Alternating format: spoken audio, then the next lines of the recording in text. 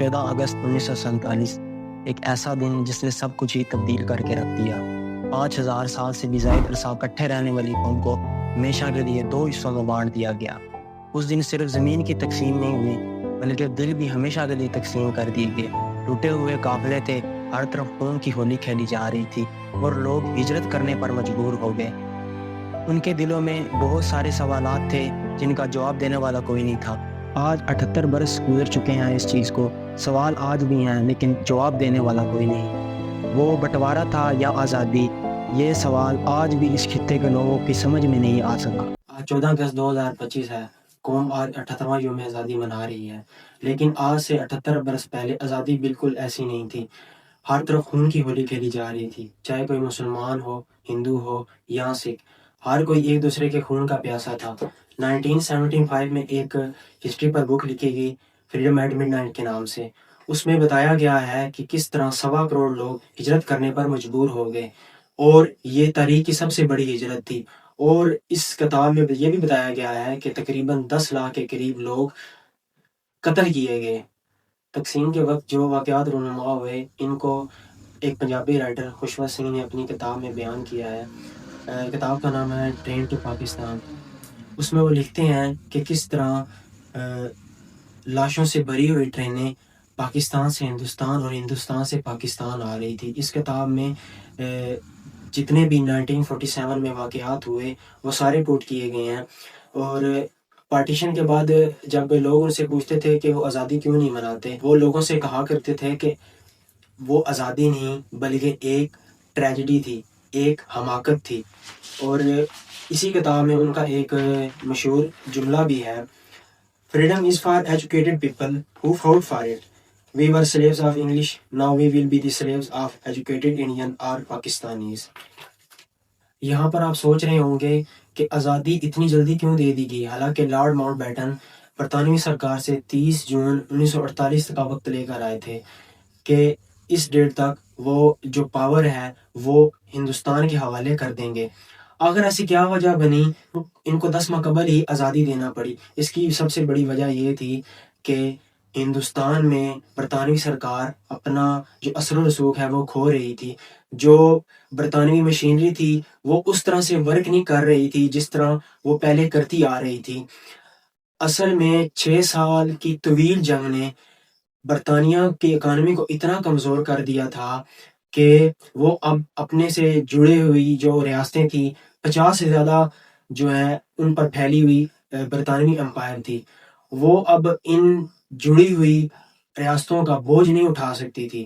اور آج وہ اس نہج پر پہنچ چکے تھے کہ اتنی بڑی امپائر جس پر کبھی سورج بھی نہیں غروب ہوتا تھا، ان کے اپنے لوگ 3 وقت کا کھانا کھانے کو ترس گئے تھے، لوگوں کے پاس پہننے کے لیے کپڑے کم پڑ گئے تھے، پر جو عمارتیں ہیں وہ تباہ حال ہو چکی تھی۔ مردوں کے پاس شیو کرنے اور عورتوں کے پاس کچن دھونے اور برتن دھونے تک کے لیے گرم پانی میسر نہیں تھا۔ برطانوی سرکار نے اپنا سارا مال و دولت ہٹلر سے لڑنے اور برطانیہ کا دفاع کرنے میں لگا دیا۔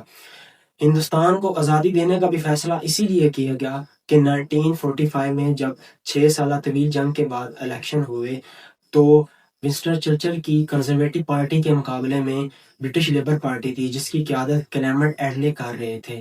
ان کا سلوگن ہی یہ تھا کہ اگر وہ اقتدار میں آئے تو برٹش فرسٹ ان کی پالیسی ہوگی، اور برٹش جہاں تک بھی پھیلی ہوئی ہے، برٹش کی جتنی بھی امپائر ہے اس کے زیر سایہ جتنے بھی ممالک آتے ہیں وہ ان کو چھوڑ دیں گے اور اپنا سارا دھیان جو ہے وہ برٹش اور برٹش لوگوں پر دیں گے۔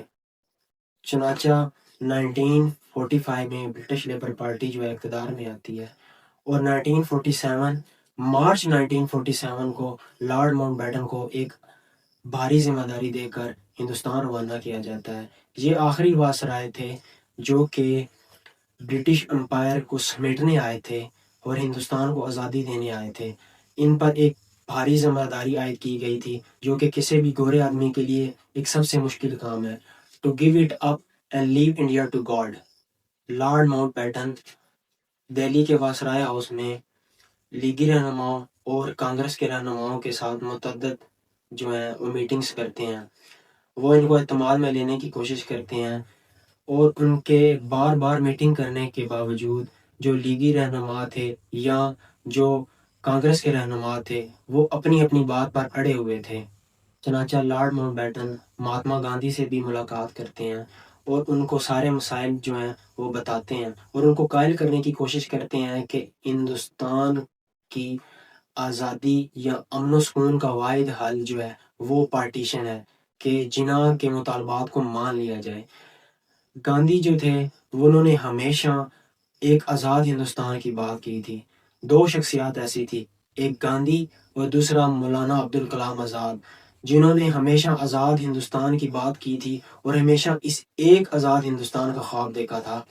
مہاتما گاندھی نے لارڈ ماؤنٹ بیٹن سے بھی یہی کہا کہ آپ جناح سے ملیں اور ان کو اس بات پر قائل کریں کہ وہ علیحدہ وطن کا مطالبہ چھوڑ دیں۔ اگر وہ علیحدہ وطن کا مطالبہ چھوڑ دیتے ہیں تو ہم آزاد ہندوستان کا انہیں پہلا وزیر اعظم بنائیں گے، اور میں پورے ملک گھوم پھر کر لوگوں کو اس بات پر قائل کر لوں گا کہ وہ مسلم لیگ کو ووٹ دیں اور جو جناح صاحب ہیں ان کو اپنا پہلا وزیر اعظم منتخب کریں۔ لیکن ہرگز ایسا نہ ہوا۔ لارڈ ماؤنٹ بیٹن صاحب نے جناح صاحب سے ایک آخری ملاقات کی۔ اس آخری ملاقات میں انہوں نے جناح صاحب کو قائل کرنے کی کوشش کی۔ انہوں نے جناح صاحب سے کہا کہ اگر آپ نے علیحدہ وطن کا مطالبہ نہ چھوڑا تو ہم پنجاب اور بنگال کی بھی تقسیم کریں گے۔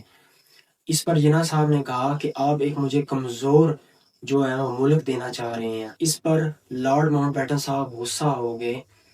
انہوں نے جناح صاحب سے کہا کہ جو مل رہا ہے وہ لے لو، ورنہ میری طرف سے جہنم میں جاؤ، you can go to hell. آخرکار 3 جون 1947 کو ایک آخری میٹنگ دہلی کے وائسرائے ہاؤس میں بلائی جاتی ہے، جس میں مسلم لیگ کی طرف سے محمد علی جناح، لیاقت علی خان اور عبدالرحمن نشتر شامل ہوتے ہیں، اور کانگریس کی طرف سے نہرو، ولبھ بھائی پٹیل اور آچاریہ کرپلانی جو ہے وہ شرکت کرتے ہیں، اور سکھوں کی طرف سے بلدیو سنگھ تھے۔ اس بند کمرے میں برما کے جنگلوں سے لے کر افغانستان کی سرحد تک پھیلی ہوئی اتنی بڑی ریاست کی تقسیم کا فیصلہ کر دیا گیا۔ اس میٹنگ میں دونوں جماعتوں کے مطالبات کو مان لیا گیا تھا، اور آزادی کی جو تاریخ ہے اس کا بھی انتخاب کر لیا گیا تھا، اور وہ تھی 15 اگست۔ اس جو مخصوص تاریخ ہے اس کا انتخاب کرنے کا مقصد صرف اور صرف یہ تھا کہ ورلڈ وار 2 کے اندر جاپان اپنے اتحادیوں کے ساتھ 15 اگست 1945 کو جاپان نے سرنڈر کیا تھا، اور برطانیہ اور اس کے اتحادی یہ جنگ جیت گئے تھے۔ اس اہم دن کے موقع پر میں ایک ضرور پیغام دینا چاہتا ہوں کہ چاہے آپ پاکستانی ہیں یا ہندوستانی، ہم لوگوں نے 78 برس ایک دوسرے کے ساتھ نفرت بغض کرنے میں گزار دی ہیں۔ اب وقت ہے کہ ہم ایک دوسرے کے ساتھ امن اور محبت سے رہیں۔ مجھے پتا ہے کہ ہم دونوں کی جو سرکاریں ہیں وہ اس بات سے بالکل اتفاق نہیں کریں گی۔ نیچے نے بھی یہی کہا تھا نا کہ جو اسٹیٹس ہیں وہ coldest of the cold monster ہیں، ٹھیک ہے، وہ ہمیشہ جھوٹ بولتی ہیں، لیکن ہمیں پھر بھی اس چیز کو ایک سائڈ پہ رکھ کر امن کی، محبت کی، اور ایک دوسرے سے جو ٹریڈ ہے اس کے اوپر بات کرنی چاہیے۔ Thank you.